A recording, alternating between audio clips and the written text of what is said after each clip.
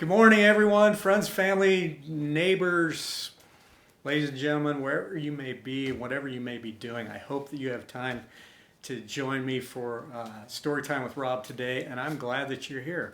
It's a beautiful day, and I hope that you're healthy and safe wherever you are and whatever you may be doing.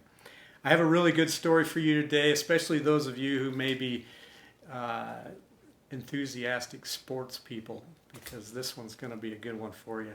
And we'll see if you can figure it out by the time I'm done as well. So I hope you enjoy this as much as I did.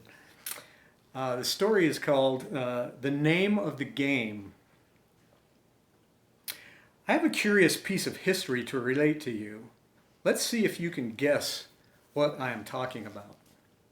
During the quarter century between AD 1016 and 1042, England was occupied by the Danes. That is, Denmark had successfully invaded and taken over England. I'd guess they were pretty rough about it too, because hatred for the Danes lingered for quite some while after they were finally driven out of England.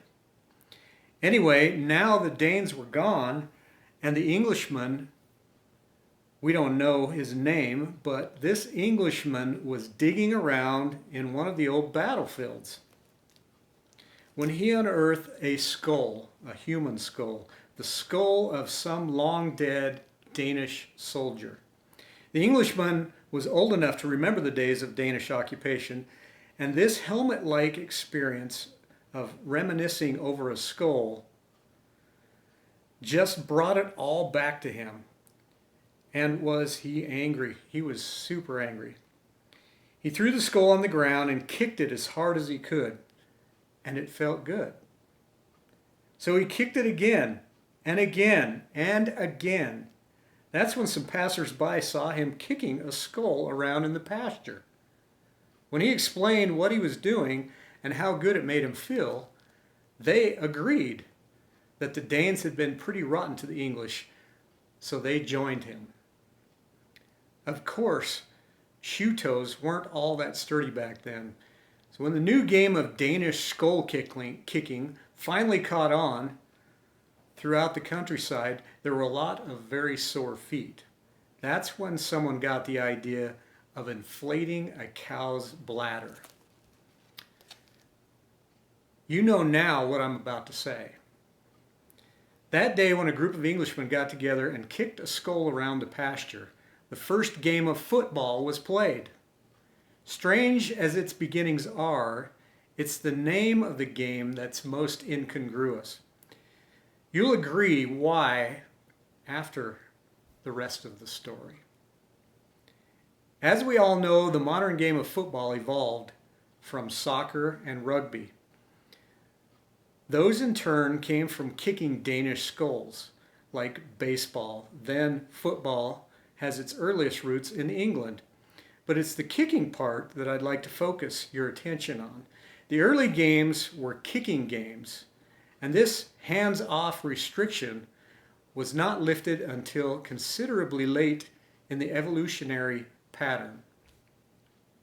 We're going to take you back to England now, back to 1823, to rugby school, the famous rugby school, where the game of rugby was innovated. At any rate, rugby was playing another school that day. They were down on the scoreboard and desperate. The rule was that all games end promptly at the stroke of 5. They had a 5 o'clock bell, in fact, and the opponents that day kicked to rugby just as the first stroke of 5 sounded. It was the very last play of the game, as you can imagine. The ball was received by a player on the rugby team named William Ellis. This chap was so frustrated at the thought of losing that he did something he shouldn't have. What he should have done was to heel the ball and take a free kick. But instead, he grabbed the ball, tucked it under his arm, and ran for the goal and scored just at the last stroke of the bell. That was highly irregular and completely illegal. And Bill Ellis was in a whole lot of trouble. His act of hanging onto the ball and running with it was decried as unfair, improper, unbecoming a gentleman, and a shocking violation of established order. Nevertheless, it got people thinking, maybe it wasn't such a bad idea after all, taking the ball in your hands and running with it.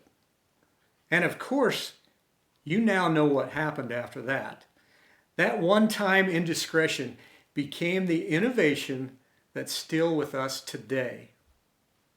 When you think of it, it's rather amusing, honestly, rather incongruous that they'd been kicking the ball around for over 800 years, and then the first time someone got his hands on it, it became what we now know as football.